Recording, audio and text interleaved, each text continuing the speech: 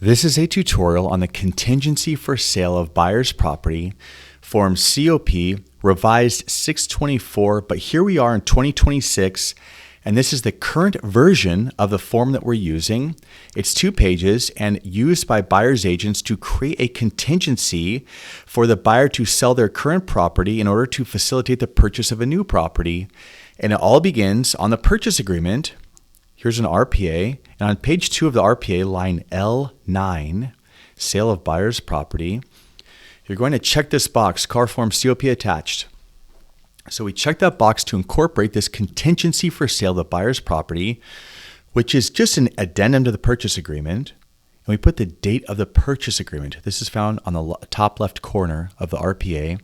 The property that the buyer wants to buy on the purchase agreement.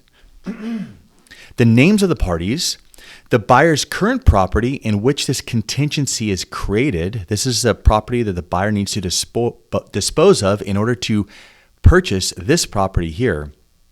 Now, by default, you could leave paragraph 1 alone because 1A is the default option that the buyer's both entering into contract, so going to escrow, and closing escrow on the buyer's property.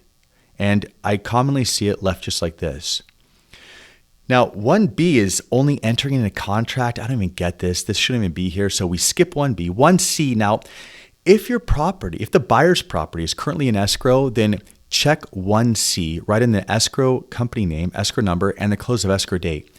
As a side note, when you add a COP to your offer, it diminishes the desirability of your offer. Why? Because the seller is agreeing to take on all the baggage and headache that comes with disposing of this property. Because if the buyer's buyer drags their feet to remove contingencies or needs an extension or can't get financing or it falls out of escrow, there's a domino effect that falls on the seller. So the seller is signing up for everything to be subject to some random buyer that they don't even know. And your job as an agent is to get your buyer's offer accepted and increase the desirability. So to soften the blow of adding this COP form, you need to call the other agent and say, look, yes, we have a COP form. Yes, it's contingent, but on the bright side, we're priced to sell. We've had a bunch of showings recently, or we're in escrow. So 1C, if you're in escrow, being in escrow on the buyer's property that they're unloading is better than just being actively marketed in the MLS. And then being actively marketed in the MLS is better than your buyer not even being listed yet. Sometimes I see these COP forms and the buyer hasn't even listed their home for sale. And it's just the buyer's doing themselves a disservice by waiting to get an offer accepted before they even bother listing their property for sale. Because a listing agent's going to look at this and say, wait, you haven't even gone on the market yet? And then you're going to go on the market and what's the average market time in my area? 35 days. I mean, they're just doing this calculation in their head thinking, what, do you want a 90-day escrow? This sounds terrible. So keep that in mind. Automatic undesirability with the COP form, your job is to move the process along, inform the buyer, hey, it looks better if we have your home listed for sale. So I can at least speak agent to the listing agent and tell them that, look, we have showings, we have activity, we're priced to sell, or my buyers agreed to do a reduction on their property in order to sell their home faster to buy your listing. You got to sell it, okay? You got to sell it to the listing agent. So 1C is better than 1A if you're in escrow. If not, leave section 1, paragraph 1 alone. And this is when you create the length of the contingency. And by default, you have 17 days. Now you can make this longer here. If you want, of course, you're asking for more. So it just makes the desirability of your offer even get worse. So just keep that in mind. It's a balance. You got to sell the seller of the property the buyer wants to buy on accepting your offer, even though you have all these conditions in there. Sometimes I see buyers draw this up in a very one-sided way, and it just totally obliterates their odds of getting their offer accepted. It's a balance. That's where agent expertise comes into effect. But leave it all alone here, I say. That's my personal suggestion.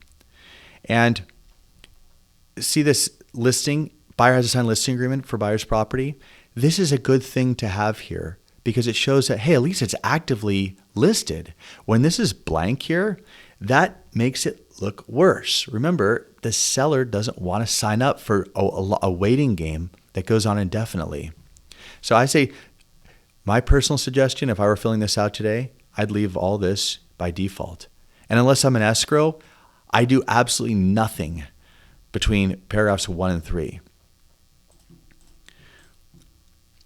Unless, of course, I'm filling out this real estate brokerage that has it listed. Ideally, you want to have a brokerage here. I mean, really, you should not be submitting this form without the property being listed. At the very least, just get it listed. I mean, buyers get overly cautious, and it's your job as an agent to educate them and say, no, sorry, it doesn't work that way. You can't have a seller accept your offer just for you to get encouraged to put your property on the market. Close of escrow, leave a default right here. This form is overly complex, like many C.A.R forms. We're leaving all this default, all right? And then we're coming down to paragraph 7. Now, this is when all this is default verbiage. It's fine. I could explain it. I could spend plenty of time explaining this. Read it if you want. I'm not going to take all that time on the video. We're just going to how you fill this out. Now, there's 2 things going on here. This is a very important point I want to make. Up top, we create a contingency period. The buyer has this contingency period, and the buyer can back out at any time with this contingency period, okay? There's another time period, and that is how long the seller has to idly sit around and wait for the buyer. This is a very important point because there's a loophole for the seller here, or there can be. It can be closed too, and I'll explain. If the seller gets a backup offer and they decide to proceed with that backup offer, they can give your buyer notice to remove contingencies and effectively get rid of this form, or the seller can cancel. And it states it right here. Now, this is an extremely important section on this form. The reason is that by default, if you do nothing here in 7C, then see this immediate right to notify buyer? It says that at any time, the seller can put the buyer on notice that they have 2 days to remove this contingency, or else the seller can cancel and proceed with the backup offer. Now, you might be thinking, but I thought there were 17 days. Yeah, these are 17 days for the buyer to back out. But we're talking about the seller's right to get out. This is the buyer's loophole to back out and get their deposit. But the seller can back out too. So there are 2 different timelines for each party, and this is the seller's down here. And by default, the seller can back out any time that they have a bona fide backup offer and put the buyer on notice, and the buyer doesn't automatically remove those 2 days. And it doesn't matter how many days are up above. It has nothing to do with that, okay? Now, this is, in my opinion, the proper way to fill it out is 7C2, delayed right to notify buyer. This now gives the buyer 17 days in which the seller can't push them out because of a backup offer. So now the seller's stuck for 17 days. And I think this is reasonable because it means the seller has some skin in the game and they've made a commitment to the buyer. This is how I would fill it out, being a highly experienced broker today. Now, here's where people slip a Mickey onto a seller. I see buyer's agents sneak this in sometimes. And if you're not a savvy listing agent and you don't counter this out, you get in trouble. And that's C3. No right to notify buyer. Seller shall not have the right to invoke provision 7B. That means where the seller can put the buyer on notice with a backup offer. All this is about the seller getting a backup offer and then putting the current buyer on notice and saying, look, you have first right of refusal. Remove your contingency now. And if you don't within 2 days, I can move forward with a backup offer that doesn't have a contingency. That's the idea here. And to explain and summarize, by default, if you do nothing in 7C, then the seller can do that any time. On day 3, the seller could push the buyer out of the transaction. And what I was saying just now is that I think that C2 is reasonable because now it locks the seller in for 17 days. But sometimes I see buyer's agents, they check this box, no right to notify buyer. This locks in the seller indefinitely, the entire term of the agreement. So the seller cannot kick the current buyer out with a backup offer, and it traps the seller.